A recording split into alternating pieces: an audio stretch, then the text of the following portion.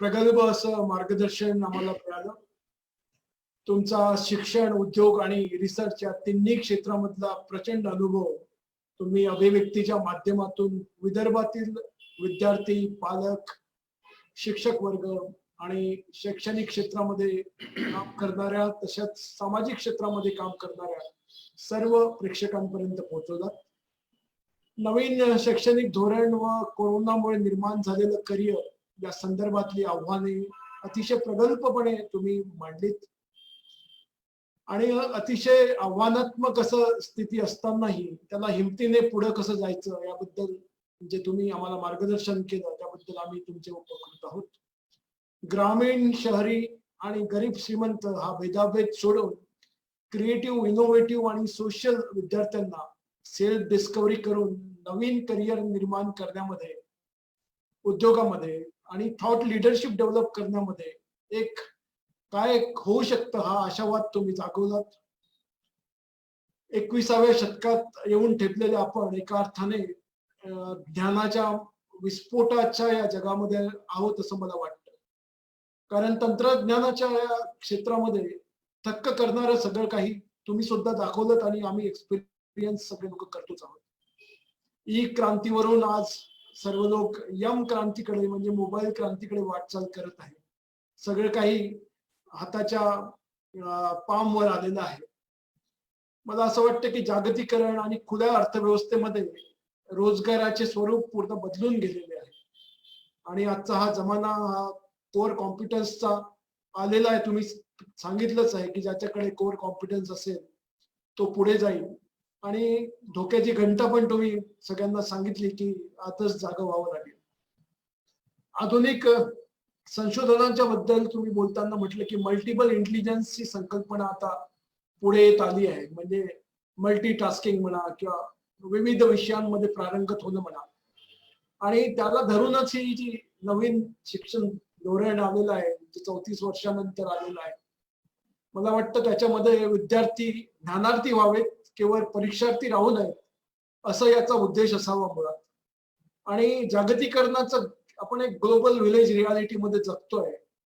नवीन global standard आणि global citizen बनला पाहिजे हे उद्देश घेऊनच मला वाटतं या नवीन प्रणालीचं सुरुवात होते आहे आणि देशाच्या नवीन रचनात्मक भूमिकेमध्ये विद्यार्थ्यांचा आणि पुढे जे सिटीजन्स होणार आहेत, नागरिक होणार आहेत, ते सशक्त नागरिक म्हणून त्यांनी भूमिका बजावावी.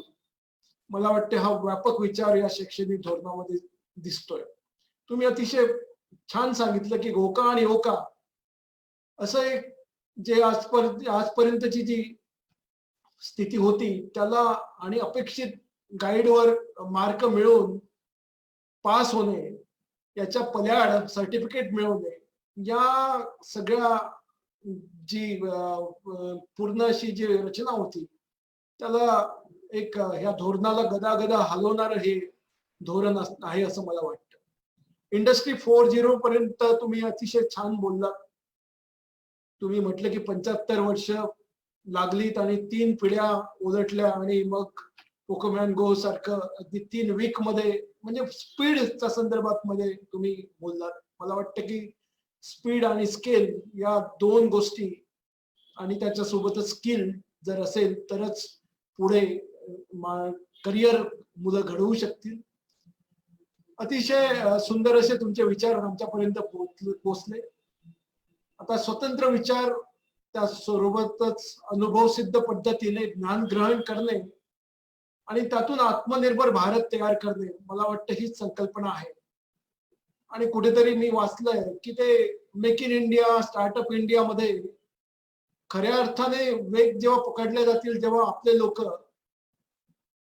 नोकरीच्या मागे न जाता काहीतरी स्वतःच्या श्रमावर विश्वास ठेवून आपल्या स्वतःच्या व्यवस्था उभ्या करतील, इंडिपेंडंट व्यवस्था उभ्या करतील आणि त्यामुळे स्वतः नाही तर स्वतः सोबतच 10 आणखी लोकांना पुढे घेऊन जातील.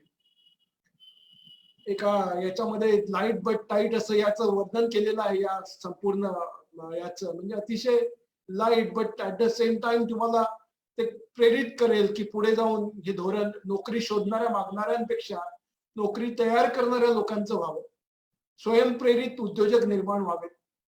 मायक्रोसॉफ्ट आणि गुगलचा सीईओ भारतीय आहे असं आपण अभिमानाने म्हणतो, पण त्या कंपन्या आपल्या भारतात का तयार होत नाहीत हे प्रश्न उत्तरित यामुळे व्हावेत. आणि मग फॅब इंडिया असेल किंवा मग अनेक अशा कंपन्या आहेत, आपला अमूल असेल, यासारख्या कॉर्पोरेट मुवमेंट जवळ याव्यात. त्यामध्ये A plus B square, A square plus B square plus twice A B, तर ट्वाईस ए बी असा कलेक्टिव्ह डिव्हिडंड सगळ्यांना मिळावा, सगळ्यांनी त्याच्यामध्ये पुढाकार घ्यावा, एक इकॉनॉमिक्स डेव्हलप व्हावं. आणि तुम्ही म्हटलंच की ग्रामीण भागासाठी हे वरदान आहे. मला वाटतं विदर्भातल्या आमचा जो अभिव्यक्तीचा हा कार्यक्रम संपूर्ण 6 डिस्ट्रिक्ट मध्ये, याच्यामध्ये ग्रामीण क्षेत्रातली मुलं आहेत, त्यांना तुम्हाला ऐकायला मिळालं. आणि ही सगळं टेक्नॉलॉजीचं ते तुम्ही आता दाखवलं, अवतार तुम्ही दाखवला, किक इकॉनॉमीच्या संदर्भात तुम्ही बोललात, अगदी म्हणजे विस्मरून टाकणारं हे सगळं तुमचं प्रेझेंटेशन होतं. आणि त्या मुलांपर्यंत हे सगळं पोहोचलं. मला वाटतं की आमच्या गोविंदराव वंजारी फाउंडेशनचा या कोरोनाच्या या अशा काळामध्ये जिथे सगळीकडे निगेटिव्हिटी पसरलेली आहे, तिथे लोकांमध्ये पॉझिटिव्ह ऊर्जा डेव्हलप करणे हा एक उद्देश आहेतच आहे. आणि तुमच्यासारख्या तज्ञांना बोलावून आम्ही त्या आशा पुन्हा प्रफुल्लित करतो आहोत, त्यांना दाखवतो आहोत की अजून काही संपलेलं नाही, परच काही आहे आणि जगामध्ये अनेक अशा गोष्टी करता येऊ शकतात. मला असं पर्सनली वाटतं की शिक्षण म्हणजे दुसरं तिसरं काही नाही, तर ते क्षणाक्षणाला जे शिकता येईल ते शिक्षण. मग त्यासोबत टेक्नॉलॉजीला तुम्ही करा आणि नवीन जे काय येत असेल त्याच्यामध्ये 2020 मॅच बद्दल तुम्ही बोललात, त्या स्पीडने आपल्याला जावं लागेल. या तुमच्या प्रदीर्घ अशा अतिशय उत्तम मार्गदर्शनाबद्दल तुम्हाला धन्यवाद देतो.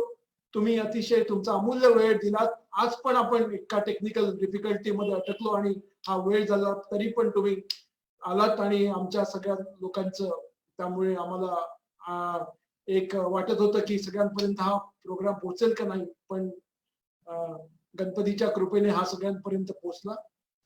वंजारी ग्रुप ऑफ इन्स्टिट्यूशन व गोविंदराव वंजारी फाउंडेशनच्या तर्फे मी तुमचे आभार व्यक्त करतो.